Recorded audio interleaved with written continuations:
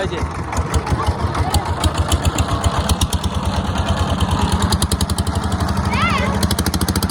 ভয় পাইতাছে 100% ভয় পাইতাছে বাইক না ভয় পাই নিচে পাও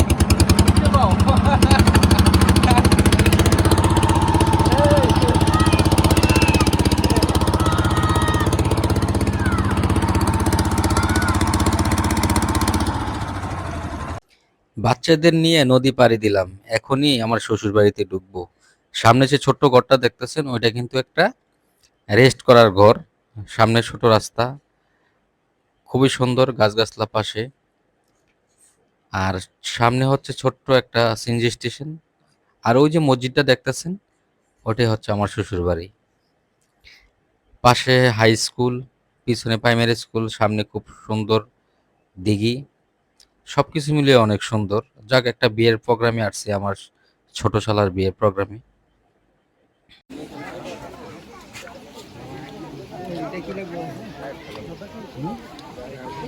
আমরা কিন্তু মেহমানদারকে খাবার দিয়েছি উপরে, সবাই খাচ্ছে। কিছুক্ষণ পরে আমরা ইনশাল্লাহ আবার খাবার খাবো মেহমানদেরকে খাওয়াইয়ে। এখন আমরা খাওয়া দাওয়া করব। বাসায় খুব সুন্দর করে ভাবি ভাজা মাছ, গরুর মাংস, চিকেন ফ্রাই, তারপরে হচ্ছে গুড়া মাছের আহ, তরকারি, চিংড়ি মাছ, সব কিছু মিলিয়ে অনেক অসাধারণ, খুব মজা করে খাবো। আর ডাইনিং টেবিলে আছে বড় মামা শ্বশুর, ছোট মামা শ্বশুর, আর ওইটা হচ্ছে সমন্ধি। পাশে বসে আছে আমার শালা। সবাইকে কিন্তু আমি দিচ্ছি খাবার। আমি কিন্তু খুব অ্যাক্টিভ ওনাদের সাথে সব সময়। আলহামদুলিল্লাহ। আর সামনে যে দেখতেছেন সাদা শার্ট হচ্ছে আমার ভাবির ভাই, মানে আমার বেয়াই।